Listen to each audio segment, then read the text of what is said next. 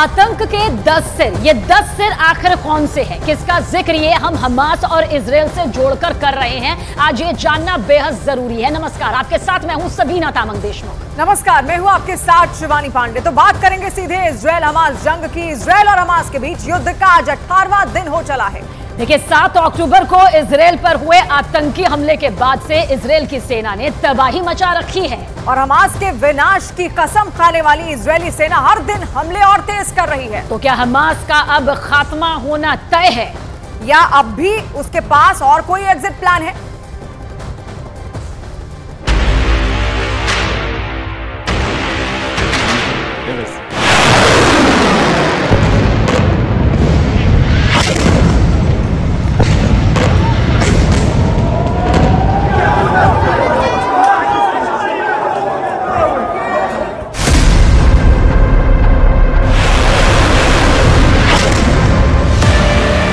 तो क्या इजराइल में आतंकी हमला हमास की भूल थी?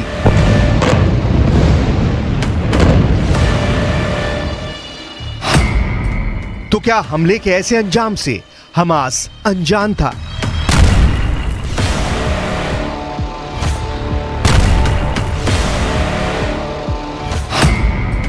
तो क्या इजराइल की आग में भस्म हो जाएगा हमास?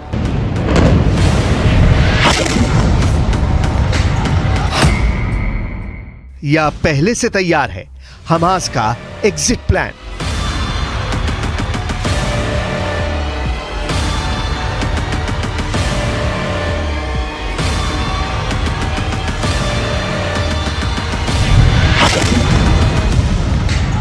इजराइल और हमास के बीच युद्ध को 2 हफ्ते से भी ज्यादा हो गए हैं और इजराइल पर 7 अक्टूबर को हुए आतंकी हमले को छोड़ दें तो इतने दिनों में इस युद्ध को एक तरफा ही कहा जा सकता है।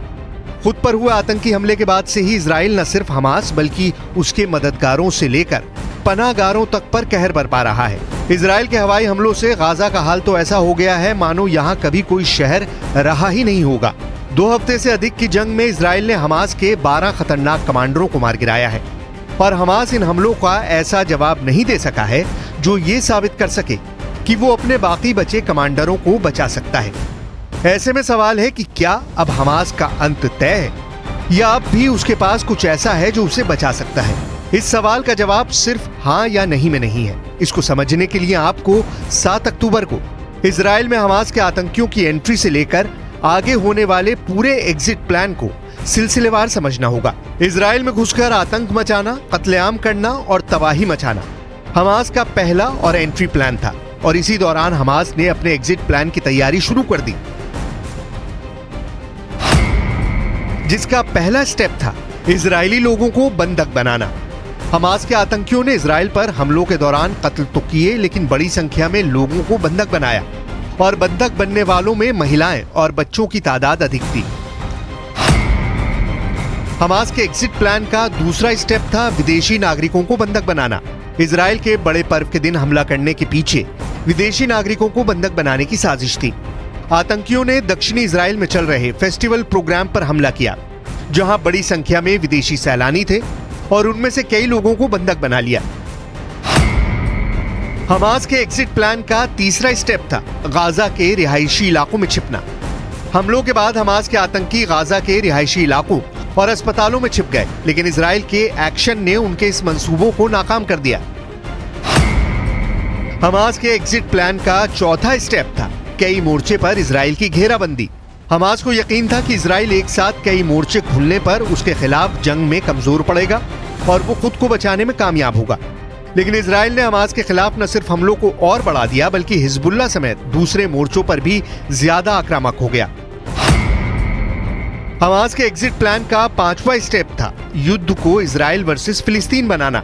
ये तो नहीं कहा जा सकता कि हमास इस प्लान में पूरी तरह कामयाब रहा लेकिन इजरायली हमलों के बाद दुनिया भर में फिलिस्तीन इस जंग का केंद्र बना, जिसका कुछ फायदा हमास को तो जरूर मिला लेकिन इतना भी नहीं कि वो राहत ले सके। हालांकि अब भी हमास के पास 2 एग्जिट प्लान हैं जिस पर वो काम कर रहा है और इसमें पहला प्लान है इजराइल पर मुस्लिम देशों का दबाव बनाना। हमास को अपने इस एग्जिट प्लान पर पूरा भरोसा था और उसे यकीन था कि ऐसा कुछ होने पर कुछ ही दिनों में मामला ठंडे बस्ते में चला जाएगा और कुछ हद तक ऐसा हुआ भी। ईरान समेत कई मुस्लिम देश फिलिस्तीन के बहाने हमास के साथ खड़े दिखे, लेकिन अमेरिका, फ्रांस, ब्रिटेन समेत कई बड़ी शक्तियों के एक साथ इजराइल के पक्ष में आने से हमास का ये प्लान भी फिलहाल फेल होता दिख रहा है। और अब हमास के पास सिर्फ एक ही एग्जिट प्लान है और वो है बंधकों की रिहाई के बदले खुद का बचाव। यह आखिरी दांव है हमास का और ये सबसे बड़ा प्लान भी है, क्योंकि एक तरफ इजरायली बंधकों की रिहाई के लिए तेल अवीव में नेतन्याहू के खिलाफ इजरायली नागरिक सड़कों पर उतरे हैं, तो वहीं विदेशी नागरिकों की रिहाई का भी बड़ा दबाव है। ऐसे में हमास अपने इस प्लान को कतई फेल नहीं होने देना चाहता और यही वजह है कि वो फूंक फूंक कर कदम रख रहा है।